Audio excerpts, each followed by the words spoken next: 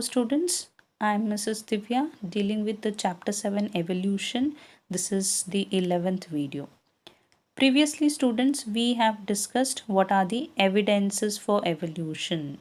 So by now you might have got an idea how the previous or ancient simple forms might have evolved into the present day complex organisms. Another such example was given by Darwin, where he explained how the organisms or origin of new species might have taken place. So that is nothing but adaptive radiation. So now let us see what is this adaptive radiation.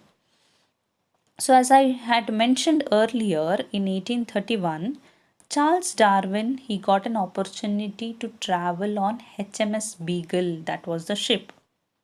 So he went for a voyage of world exploration. So there he sailed to the Galapagos Islands. Okay. So these islands, students, they are said to be volcanic in origin. That is, it is a group of small islands. Okay. And remember this, they are also called as a living laboratory of evolution. Living laboratory of evolution. Why? Because Darwin could observe great variations among organisms that lived in these islands. Okay, so there only he noticed a small group of black birds. They were small black land birds in those Galapagos Islands. So these were called as the finches. Okay. So this influenced him to think about evolutionary changes. These finches, they were not actually basically from that island. It was assumed that they have reached these islands from the mainland, that is from South America. And they had occupied all those group of islands. Okay. So there he observed that these finches showed wide variations in their beak, both in the shape and size of the beak, and it also differed from island to island. That was important. Okay, so I'll show you how. See, the original seed eating birds were there. So when you compare the beak of those original birds, later it was seen that depending upon their different food habits, the shape and size of the beak differed.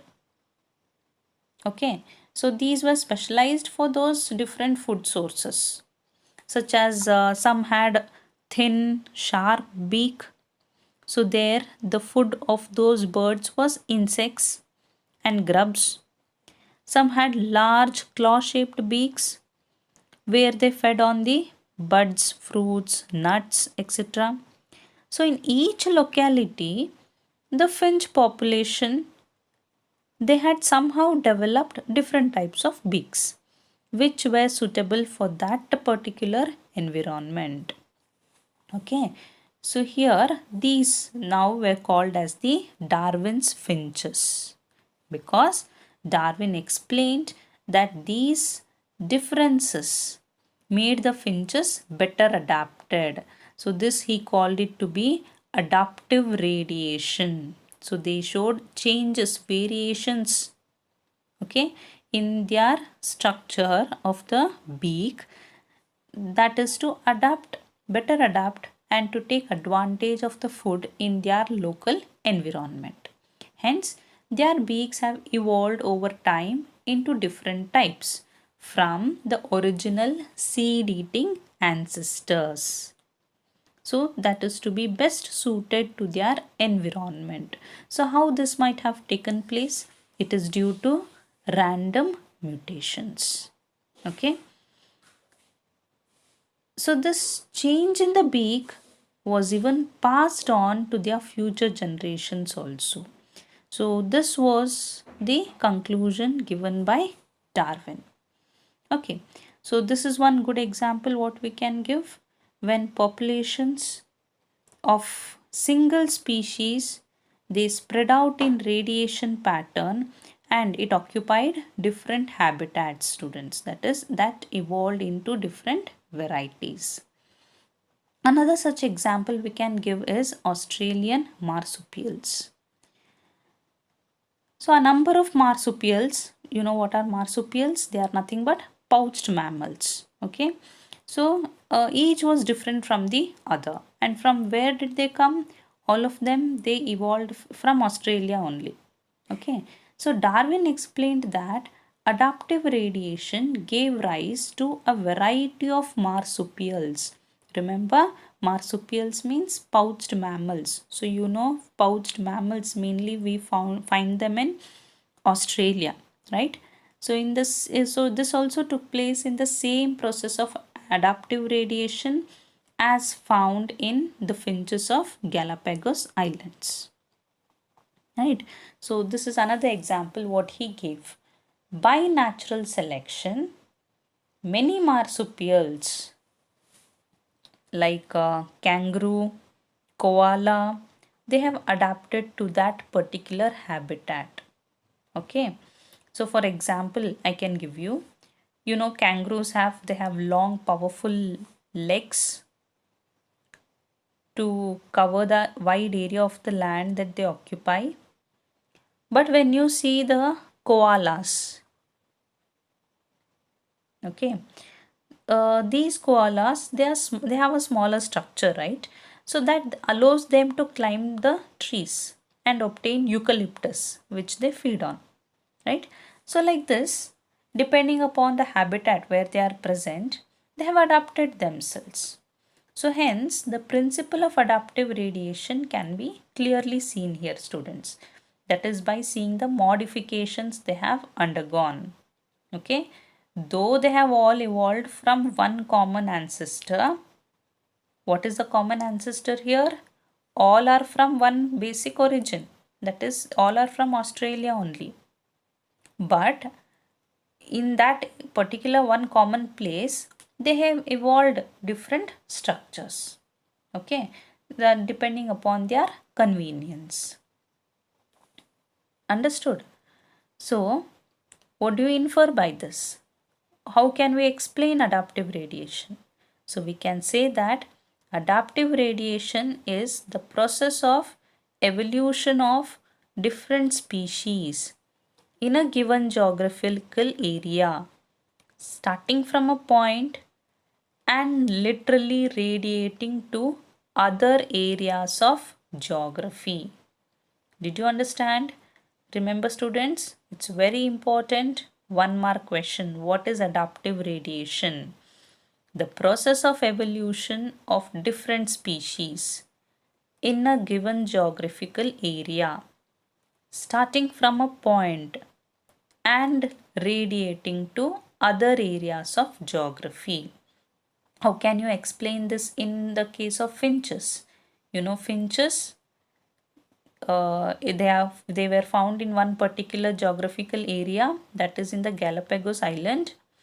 So this from that one particular island, from one island, they started to move or radiate to, or they occupied that whole surrounding areas by bringing about changes in them. How? By modifying their structures to adapt to that particular environment. In the same way, Australian marsupials, different pouched mammals there, they adapted to that Australian continent, one geographical area, and they went on occupying that whole area by adapting to that environment. Understood? So this is called as adaptive radiation. So Darwin explained by this adaptive radiation we could see origin of or variations took place in the organisms that led to origin of new species. So this is one of the important questions, students. It might be asked for 2 or 3 marks.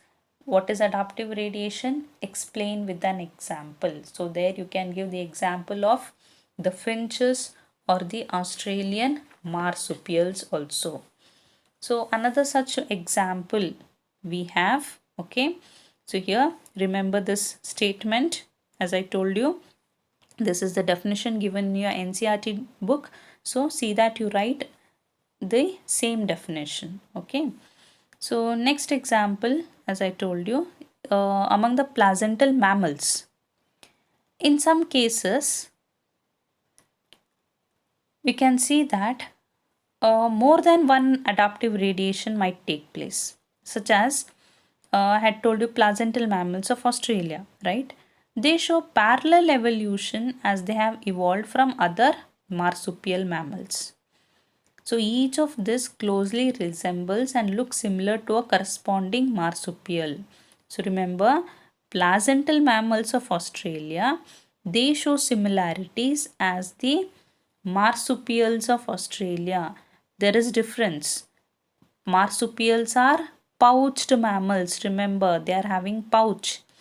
Placental mammals, they take care of the young ones through the placental connection. So that difference you know, right? So marsupials and the placental mammals, both of them have adapted to that particular environment. So what does this suggest? This shows more than one type of adaptive radiation because it is seen in distantly related. These are not common organisms. Yes, they are unrelated organisms. But though they are unrelated, they show some common features among them. Understood, students? So here, this can also be quoted as convergent evolution. Why? Because more than one adaptive radiation appeared to have occurred in an isolated geographical area in Australia itself. For example, more than one adaptive radiation, that is, adaptive radiation in the marsupials as well as placental mammals. Okay, so that is also called as convergent evolution.